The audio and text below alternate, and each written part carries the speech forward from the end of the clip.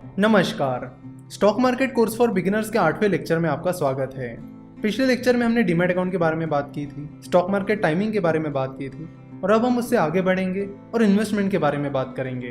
तो जब आप डीमैट अकाउंट खोल लेते हो और स्टॉक मार्केट में पैसा इन्वेस्ट करने के लिए तैयार हो जाते हो तो आपके सामने दो ऑप्शंस होते हैं, ट्रेडिंग और इन्वेस्टिंग। ट्रेडिंग का मतलब होता है कि शॉर्ट टर्म के लिए शेयर को खरीदना और फिर उसे बेच देना। ट्रेडिंग जो है वो शॉर्ट टर्म के लिए की जाती है, यानी शॉर्ट टर्म के लिए शेयर को बाय किया जाता है और तुरंत उसे सेल किया जाता है। ट्रेडिंग का एक पॉपुलर टाइप है जिसका नाम है इंट्राडे ट्रेडिंग। इंट्राडे ट्रेडिंग में शेयर को जिस दिन खरीदा जाता है उसी दिन उसे बेचा जाता है। स्टॉक मार्केट में आप देखोगे तो आपको बहुत सारे लोग ट्रेडिंग करते हुए दिखेंगे। तो ट्रेडिंग होती है शॉर्ट टर्म के लिए, वही इन्वेस्टिंग होती है लॉन्ग टर्म के लिए। यानी अगर आप आज शेयर खरीदते हो और उसे 1-2 साल बाद या 5-10 साल बाद बेचते हो तो वो हो गई इन्वेस्टिंग। तो किसी भी बिगिनर के लिए पहला सवाल तो यही है कि ट्रेडिंग करे या इन्वेस्टिंग करे। तो जैसे आप डीमैट अकाउंट खोलने के बाद स्टॉक मार्केट में इन्वेस्ट करने के लिए रेडी हो जाओगे तो आपके सामने भी दो सवाल रहेंगे कि क्या मुझे ट्रेडिंग करनी चाहिए या इन्वेस्टिंग। और इस सवाल का जवाब ढूंढने के लिए हमें कुछ चीजें समझनी होगी। मिस्टर बेंजामिन ग्राहम ने बहुत सही बात कही है। उन्होंने कहा है कि स्टॉक मार्केट शॉर्ट रन में एक वोटिंग मशीन की तरह काम करता है। यानी शॉर्ट रन में स्टॉक मार्केट बहुत ही अनसर्टन रहता है, बहुत ही फ्लक्चुएशंस चलते रहते हैं। वही लॉन्ग टर्म में स्टॉक मार्केट एक वेइंग मशीन की तरह काम करता है।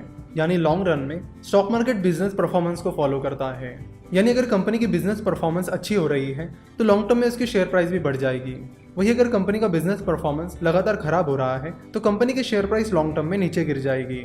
तो कंक्लूजन ये है कि आपको बिजनेस परफॉर्मेंस पर फोकस करना होगा और शॉर्ट टर्म में यानी डेली शेयर प्राइस को नहीं देखना होगा। आपको लॉन्ग टर्म पर फोकस करना होगा।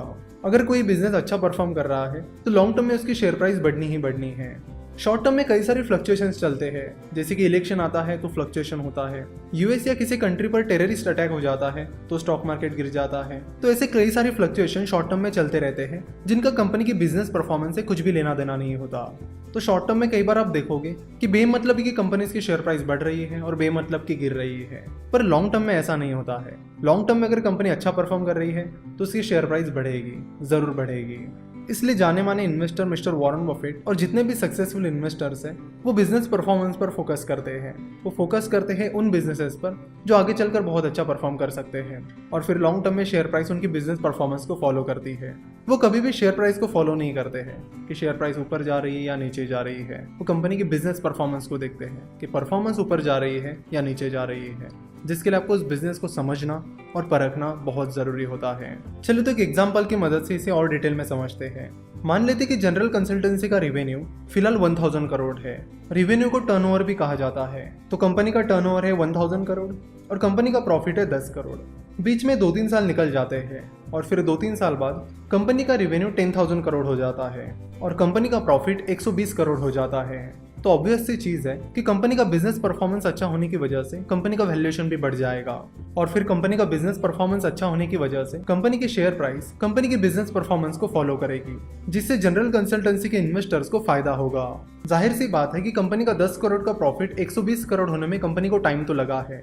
तो 10 करोड़ का प्रॉफिट 120 करोड़ 1-2 दिन में या 1-2 महीने में तो नहीं होगा। कंपनी को परफॉर्म करने के लिए टाइम लगता है। तो अगर आप जनरल कंसल्टेंसी में एक दिन के लिए इन्वेस्ट करते हो यानी इंट्राडे ट्रेडिंग करते हो, जिसका मतलब है कि आज जनरल कंसल्टेंसी में इन्वेस्ट करके आज ही उसके शेयर बेच देते हो, तो उससे कुछ होने वाला नहीं है, क्योंकि कंपनी का बिजनेस परफॉर्मेंस एक दिन में बदलने वाला नहीं है। इसे और एक एग्जांपल की मदद से समझते हैं। हमने देखा था कि शुरुआती दौर में जनरल कंसल्टेंसी ने एक एंजल इन्वेस्टर से 2 करोड़ रुपए रेज किए थे। यानी उन्होंने एक एंजल इन्वेस्टर से 2 करोड़ की फंडिंग उठाई थी। ना अगर वो एंजल इन्वेस्टर जनरल कंसल्टेंसी में सुबह इन्वेस्ट करता और शाम को अपने पैसे निकाल लेता तो उससे ना जनरल कंसल्टेंसी को कुछ फायदा होता ना उस इन्वेस्टर को, क्योंकि उस चीज़ का कोई सेंस ही नहीं बनता। कंपनी पैसा उठाती है अपने बिजनेस को एक्सपांड करने के लिए, अच्छा परफॉर्म करने के लिए। सो अगर वो एंजल इन्वेस्टर कंपनी में सुबह पैसे डालता और शाम को निकाल देता तो कंपनी को उन पैसों का कुछ भी फायदा नहीं मिलता। कंपनी उन पैसों को बिल्कुल भी यूटिलाइज नहीं कर पाती, जिससे कंपनी के बिजनेस परफॉर्मेंस में कोई भी चेंज नहीं आता और जिसका सीधा मतलब है कि उस इन्वेस्टर को भी उसका कुछ भी फायदा नहीं मिलता। लेकिन उस एंजल इन्वेस्टर ने वैसा नहीं किया। उसने कंपनी में इन्वेस्ट किया लॉन्ग टर्म के लिए। उसने कंपनी को अपना बिजनेस परफॉर्मेंस ग्रो करने के लिए टाइम दिया और जैसे कि हमने देखा कि जनरल कंसल्टेंसी ने भी उन पैसों की मदद से अपनी ग्रोथ जारी रखी और अब जनरल कंसल्टेंसी एक अलग ही लेवल पर आ चुकी है, जहां पर उनका प्रॉफिट 120 करोड़ का है।